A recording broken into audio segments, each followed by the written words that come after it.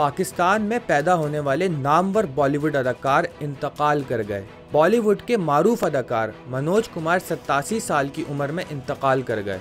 भारतीय मीडिया के मुताबिक अदाकार मनोज कुमार को तबीयत खराब होने पर मुंबई के कोकिलाबेन धीरूभाई अंबानी अस्पताल में दाखिल कराया गया था, जहां दिल से मुतालिक पेचीदगियों की वजह से जुम्मे की सुबह उनका इंतकाल हो गया। मीडिया रिपोर्ट्स के मुताबिक डॉक्टर्स की जानिब से जारी करदा सर्टिफिकेट में फेफड़ों की खराबी भी अदाकार की मौत की वजह बताई गई है। अदाकार की मौत पर फिल्म इंडस्ट्री के साथ साथ भारतीय वजीर आजम नरेंद्र मोदी ने भी गहरे दुख का इजहार किया है। वाज़ेह रहे कि मनोज कुमार पाकिस्तान के सूबे खैबर पख्तूनख्वा के इलाके एबटाबाद में 4 जुलाई 1937 को पैदा हुए थे और पाकिस्तान और भारत की अलहदगी के बाद उनकी फैमिली भारत मुंतकिल हो गई थी। उन्होंने 1957 में बॉलीवुड की फिल्म फैशन से डेब्यू किया था। 1965 में उनकी फिल्म गुमनाम इतनी हिट हुई कि खिड़की तोड़ बिजनेस किया और 2.6 करोड़ रुपए कमाए। इसके अलावा मनोज कुमार ने अपनी फिल्म रोटी कपड़ा और मकान के लिए 1975 में फिल्म फेयर अवार्ड्स में बेहतरीन हिदायतकार का अवार्ड जीता,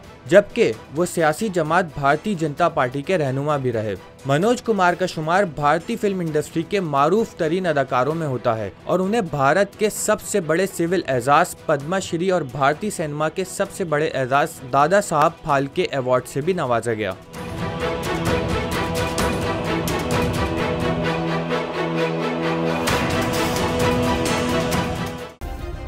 सब्सक्राइब करें और बेल दबाएं ताकि कोई खबर रह न जाए।